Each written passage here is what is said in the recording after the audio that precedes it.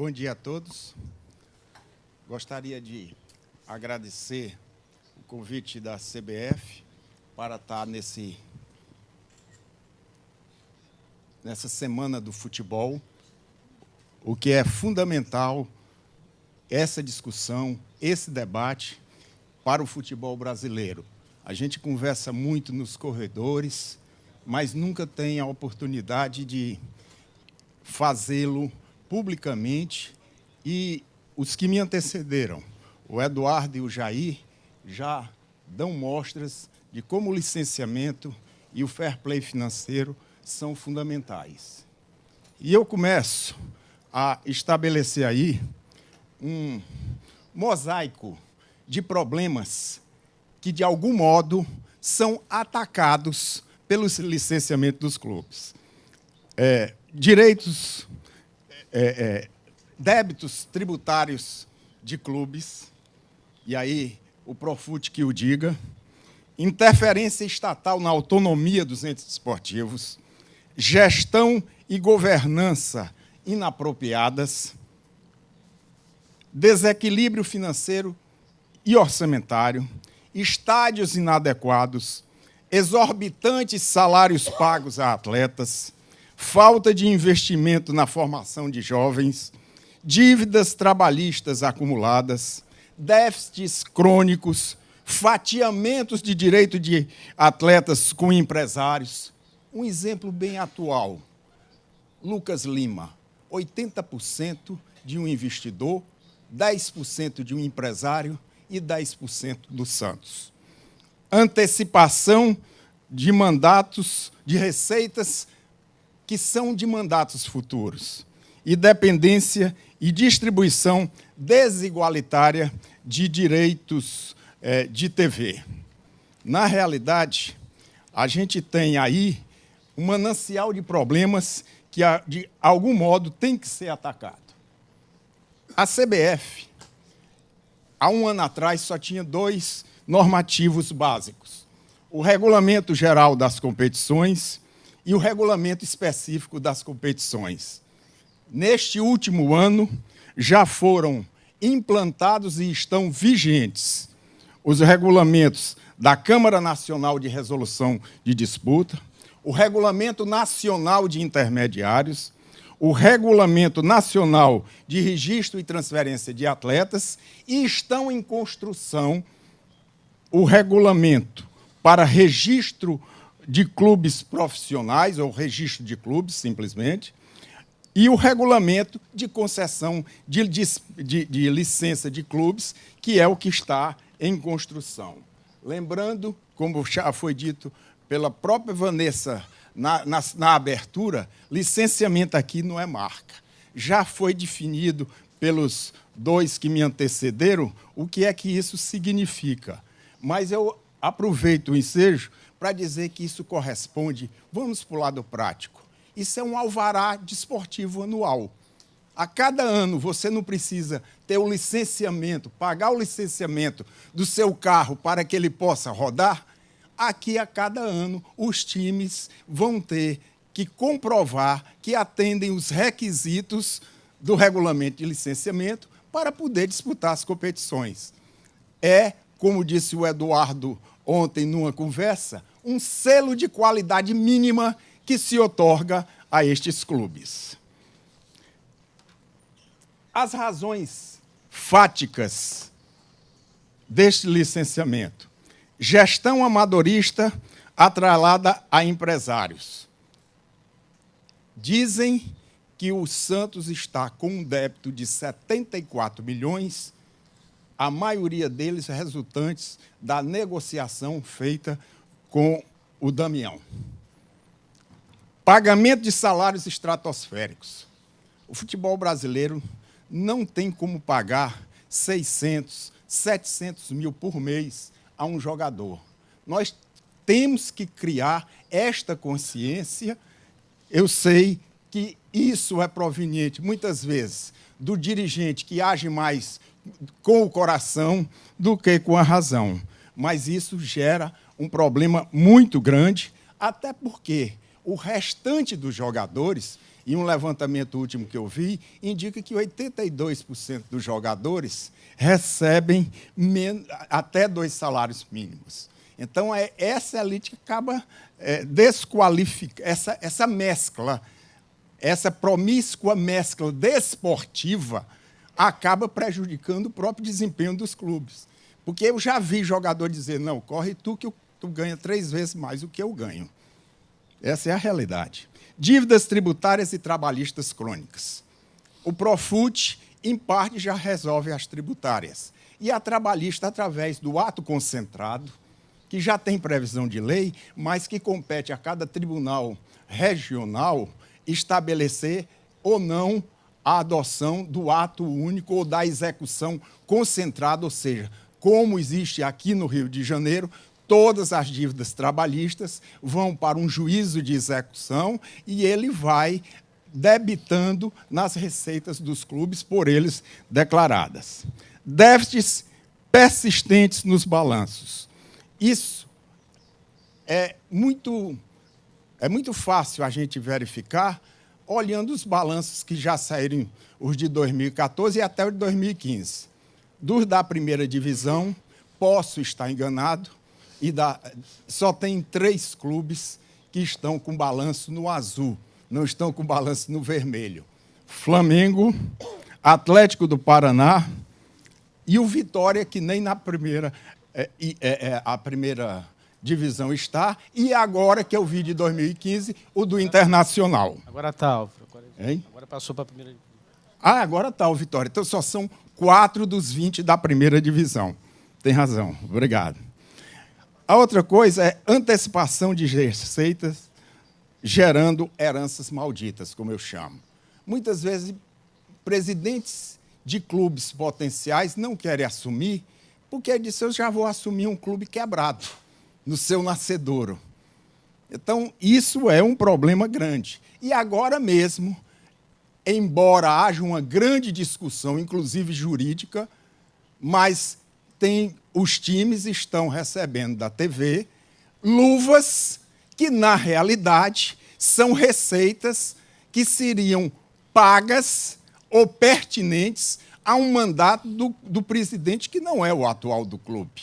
É de 2019 a 2024. É uma discussão jurídica, contábil, se isso é antecipação ou não. Mas, na essência, essa é uma receita que seria gerada de 2019, que está sendo paga agora. Se isso não é antecipação, eu estou procurando e estou analisando e estudando esse problema que é sério. E está ocorrendo aqui e agora. Enfim, nós temos que ter a ciência e consciência de que os clubes não podem continuar a gastar mais do que ganham. Isso é o exemplo da dona de casa. Se ela sai com R$500 para o supermercado, ela não pode trazer compras no valor de R$1.000. É um exemplo simples, mas é isso que tem que ser feito. E é isso que se quer fazer. Não com o intuito de punir, mas com o intuito de induzir, de motivar novos requisitos para que os clubes tenham uma gestão mais racional, menos depredatória, eu diria assim, porque buscam só os resultados e esquecem a outra realidade que o futebol também engloba. Eu tenho uma frase muito forte que define muito bem, na minha ótica, o quadro dantesco do futebol brasileiro. O que é que compõe esse quadro? Atletas ciganos, empresários ricos e clubes falidos. E é esta realidade dantesca que o licenciamento dos clubes quer alterar. Aspectos políticos. Nós temos hoje um movimento de estatização do futebol. No Brasil, nós vivemos um tempo onde se diz hoje que o importante é menos Estado e mais sociedade. E muitas vezes se faz o inverso em relação ao futebol. O Profut, não na sua parte de financiamento, mas nas mutações que fez na Lei Pelé e no Estatuto do Torcedor, é uma demonstração pública de como não se deve fazer lei, ou melhor, como se deve fazer uma lei inconstitucional. E é por força disso que existe um ADIM em curso no Supremo Tribunal Federal, de número 5450, onde está a CBF colocando todos esses pontos de inconstitucionalidade. Por exemplo, mandato de 4 anos prorrogável por mais 4. Isto, na lei, é absolutamente inconstitucional.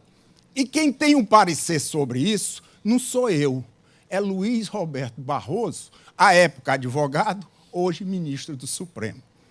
Agora, no Estatuto da CBF, como já vigente esse dispositivo, aí é o cumprimento da Constituição, ou seja, o exercício da sua autonomia. O Corinthians foi mais além. O Corinthians colocou um mandato de 3, proibida a recondução, e ainda ficando mais 2 mandatos fora de qualquer postulação à presidência. Isso é absolutamente inconstitucional, constitucional, porque é o exercício da autonomia desportiva do 217.1 da Constituição Federal. O outro aspecto é o aspecto da elitização do futebol. Eu acho que estão invertendo muito as coisas. Os clubes, hoje, só falam em criação de liga. E tinham que falar antes em quê? Formação de jogador e sustentabilidade financeira. No dia que estiver fazendo isso, a rigor, eles terão todas as condições objetivas de constituir uma liga. Não adianta constituir uma liga pensando só nas receitas e esquecendo que liga tem muita despesa. E ontem eu conversava isso com o Kepa, o diretor jurídico da Federação Espanhola, que disse que na Espanha passou-se a mesma coisa. Só queriam fazer liga, só pensavam nas receitas e não pensavam nas despesas que tinham pela frente. Os fundamentos jurídicos do licenciamento, é bom a gente ressaltar, não é algo que a CBF vai fazer na sua regulamentação porque quer, porque está exigido no artigo 15G do Estatuto Novo da FIFA, que começou a vigorar ontem, no Estatuto da Conmebol, artigo 61, e no artigo 103 do Estatuto da CBF, já há essa previsão. Na verdade, licenciamento de clubes, ele tem objetivos. Esses objetivos buscam uma solução estrutural e não apenas conjuntural. Isso é uma diferença básica, que é adequar normas dos clubes à legislação nacional e internacional, profissionalização da gestão, estimular a formação de atletas, melhoria de infraestrutura, despesas limitadas às receitas reais, transparência da propriedade, pagamento de salários e tributos. Vamos fazer um parêntese aqui. Aqui é que está o fair play financeiro de que tanto se fala. Por quê? Porque muitos clubes não pagam o imposto de renda, não pagam o INSS, só pagam os jogadores do time principal, aos titulares. Com esse dinheiro, montam equipes fortes. Não pagam os empregados dos clubes? Não pagam os empregados dos clubes também. Então, montam equipes fortes e ganham competições. Os outros que estão cumprindo as suas obrigações tributárias e trabalhistas ficam com times mais fracos. Então, vocês veem, o que estão adimplentes são punidos, e os que estão inadimplentes são premiados com o ganho de títulos. Isso é que não se quer, porque isso afeta o próprio fair play. Você está punindo a quem deveria premiar e premiando a quem devia punir. O pagamento de salários e o equilíbrio competitivo, que é aquilo que os franceses definem muito bem, que é o coração ou a razão de ser de uma competição desportiva, que é o seu equilíbrio. Dizem os franceses, é a incertitude sportive. A incerteza do resultado é o que é vital no mundo do futebol, sobretudo. Ninguém vai para um jogo sabendo que vai ser 5-0 ou 6-0 só para definir qual é o placar para o time ganhador.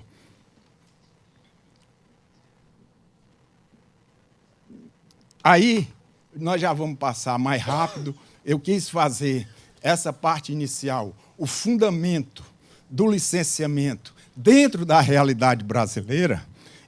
E nessa parte eu vou passar mais rápido, porque já mostra, por exemplo, tudo que foi pavimentado anteriormente nas exposições do Eduardo e do Jair, que são os 5 critérios estabelecidos, que nós já sabemos que são os critérios desportivo, financeiro, administrativo, jurídico e de infraestrutura. Essa estrutura do regulamento, além dos critérios mínimos, ela tem que prever órgãos decisórios, sanções aplicáveis e o rito e as etapas do processo. Inicialmente, a pretensão é aplicar apenas e exclusivamente ao Campeonato Brasileiro das séries A e B. Por exemplo, Copa do Brasil não se aplica esse regulamento de licenciamento, só série A e B. Aí são os requisitos, já foram bem definidos e exemplificados, principalmente na palestra do Eduardo. E a ideia aqui, como eu disse, é educar e não punir. E por isso mesmo é que a gente está vendo como nós vamos implantar estes critérios. Por exemplo, nós teremos um ano de 2017, o normativo deve ficar aprovado este ano. Em 2017, será um ano de teste, e o Busoni vai falar mais desses aspectos, será um ano educacional. 2018, nós temos 2 hipóteses. A primeira, aplicar em 2018 ou exigir só os critérios jurídicos e os critérios administrativos. Os desportivos e os critérios os desportivos e o de infraestrutura podem ficar para 2019. E em 2020 viria o que é mais pesado, o critério financeiro. Ou então a gente implantar logo em 2018 todos os 5 critérios de uma só vez. Mas, para isso, a gente tem um balizador que nós chamamos de categorização desses critérios, que se dividem em obrigatório, condicionante e recomendatório. Ô, Álvaro, deixa eu até explicar um pouco Pois isso. não. Como é que a gente vai fazer agora essa implementação? A gente vai soltar agora, finalizar o regulamento, e aí a CBF vai fazer um estudo dentro desse regulamento nos 40 clubes da Série A e da Série B, como que está a situação de cada clube, como é que a gente poderia implementar. E aí a gente vai tomar essa decisão de se vai ser implementar tudo de uma vez, ou se vai ser por etapas, ou por ano, de acordo com esse diagnóstico que a gente vai fazer.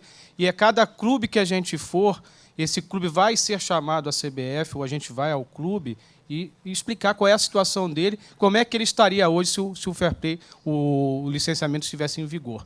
Entendeu? Vamos começar aí de baixo, só para a gente entender. O critério C, o recomendatório. Quem descumpre não vai ter sanção nenhuma, nem vai ter denegada a licença. Mas isso gera uma recomendação para implementar o requisito ou o critério, e isso é como se fosse assim uma advertência. Olha, é preciso que para o ano você esteja cumprindo esse critério. O critério condicionante, ele já é um pouco mais pesado um pouco. Por quê?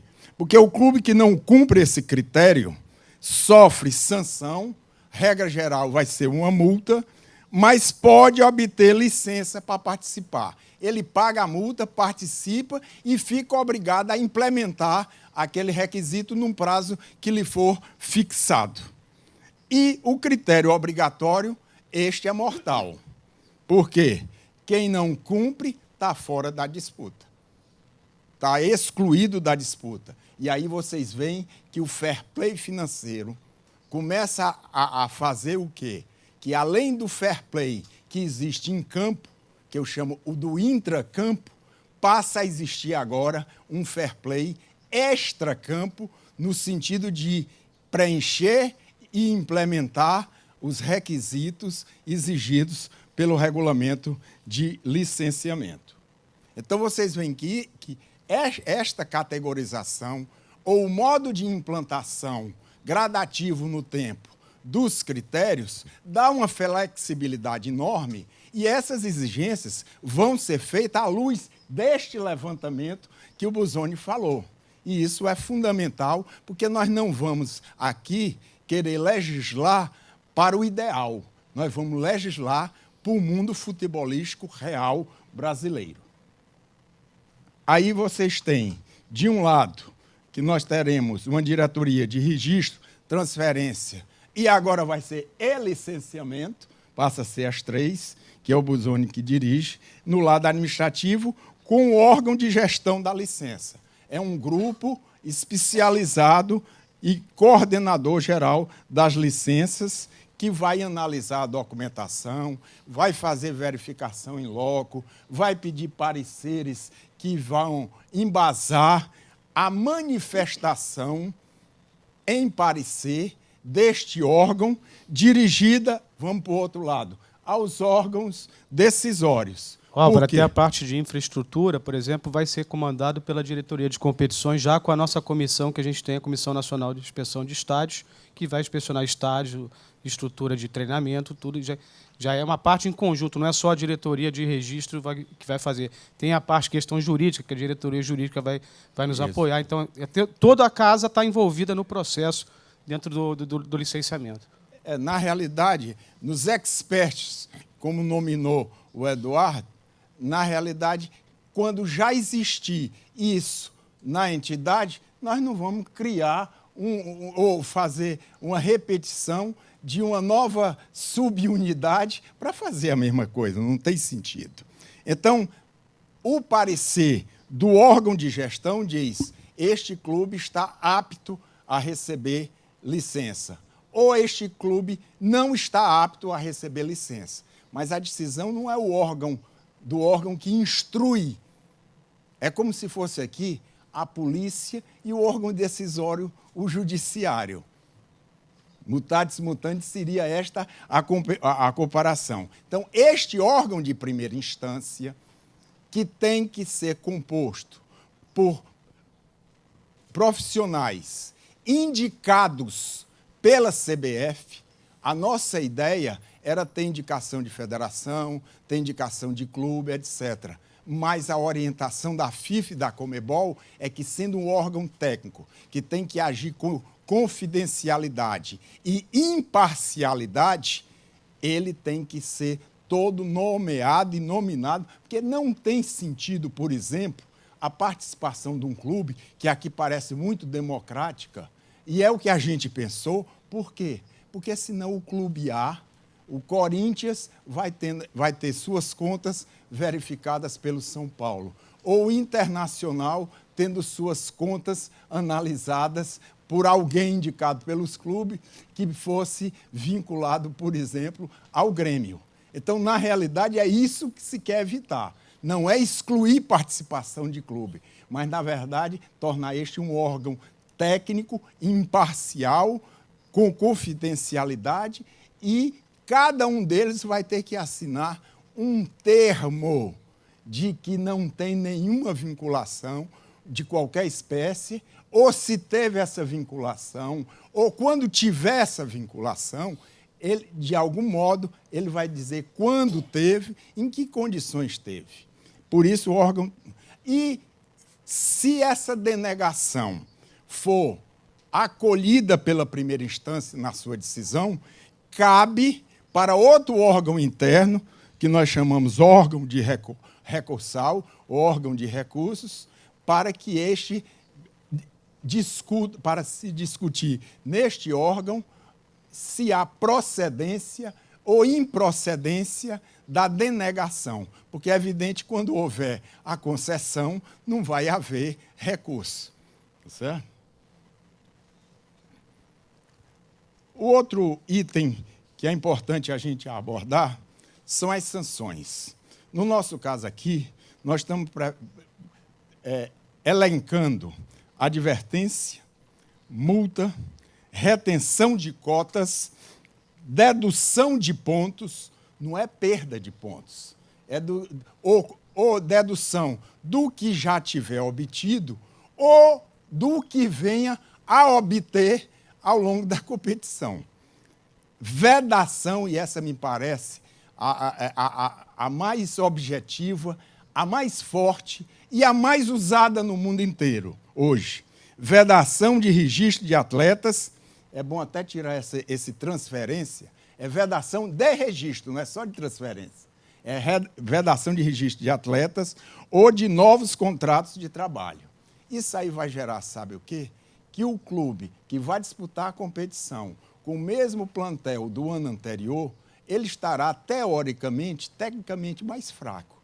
E, estando mais fraco, ele vai acabar caindo pelas próprias pernas que estão fracas, do ponto de vista técnico. Então, na verdade, acaba sendo uma descida para a divisão anterior, não por força de um rebaixamento aplicado diretamente em razão do licenciamento, mas em função desta penalidade que pode resultar no descenso ou rebaixamento técnico dentro de campo e ao longo das disputas. E, por fim, a punição mais drástica, que é a denegação da licença, que também pode ser revogada, essa licença, a qualquer tempo, se o clube deixar de implementar os requisitos ou as condições para ele fixada. Aqui é só para vocês terem uma ideia, este é um fluxograma ou macroprocesso que está se construindo, que vai desde o requerimento da licença, a remessa de formulários para o clube retorna para o órgão de gestor da licença, o coordenador verifica, dá o parecer sim ou não, se for não, notifica, se tiver faltando documento, dá prazo, mas tudo isso é prazo certo e inafastável. E aí o clube nessa sequência, vai praticar outros atos, por exemplo, se houver ou não necessidade de complementar a documentação, e aí ele vai receber o sim ou não. Esse sim ou não, se for sim, vai no fim para a emissão da licença. Se for não, ele ainda vai discutir no órgão recursal, a licença é analisada e, se houver decisão favorável ao clube, ele terá a licença emitida. Se não, a licença será recusada ou denegada.